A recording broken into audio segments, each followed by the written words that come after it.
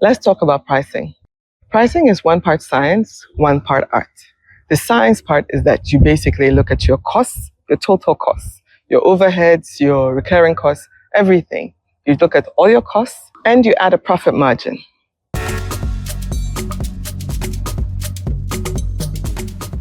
Now, this has to be broken down per item. So, contrary to what people believe, you don't put your entire rent onto one item. So let's say the easiest thing to do is with these products. Let's say you're selling, you bake bread and you're selling bread. You look at all your overheads, basically your rent, your electricity, your water, and then you look at your variable costs. That's the things that vary per product, whether it's the flour, it's the butter. I mean, we're talking about bread, so let's keep it simple. Flour, butter, what goes into flour, into bread? Yeast, all that.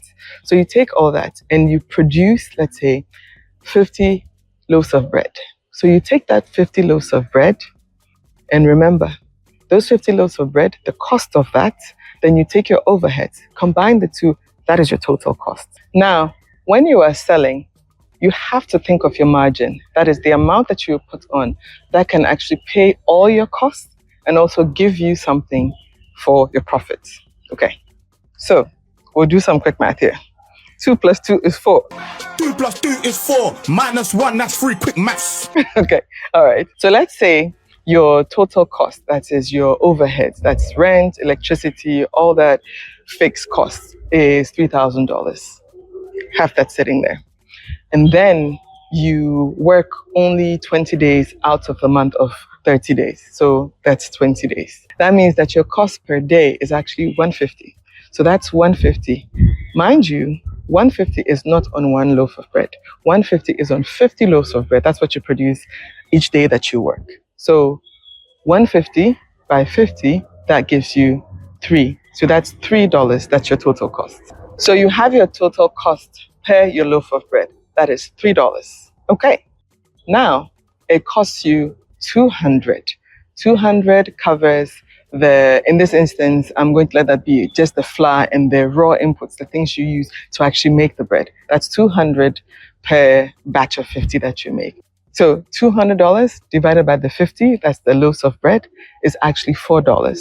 3 plus 4, that's $7. So the bread costs you per loaf $7. Okay, now this is where my people like to do maths. Typically, what they would do is they would begin to charge $15 or $10, or it's just arbitrary. But it shouldn't be arbitrary. What it should be is you look at how much it actually costs you, and then you put a markup on it. Now, a reasonable markup from a cost of $7 might be, you say $15 in the high end, and then maybe you would say $10 on the very low end at a discounted price. Now, at this price, what you're supposed to do is you have to look at what others are actually selling their bread for. If people are selling their bread for 50 and you can sell yours for 15, don't leave money on the table. You can sell yours at 30. See, it's still attractive, but it's not, what's the word that the lawyers like? Cutthroat. So it's reasonable compared to those in the market.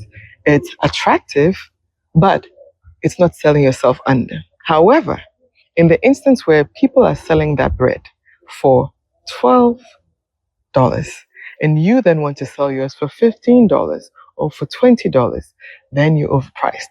So pricing, we've talked about the science part, that's the calculation. And then the art part is basically looking at what people are willing to pay based on competition, based on what you're offering. People can sometimes say, even though my bread costs $7 and the bare minimum, meaning the profit that can keep me going, would be $10. I want to sell my bread at 30 because I'm using premium products. I'm using premium ingredients. The recipe is from, Germany. It's specialty bread. You can charge that, but there's a reasonable amount by which you can go. Okay, so dear African entrepreneur, are you pricing correctly?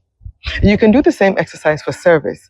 I actually had to do this a couple of years ago for my hair salon, and it was a game changer because I looked at the total salaries and I looked at how much time it took to do a particular hairstyle.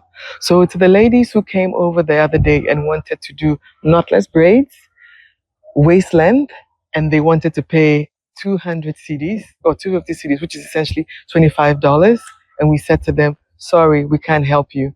Yes, there is a cost to it because I need to pay my overheads. I need to pay my rent. I need to pay my electricity. I need to pay the stylist.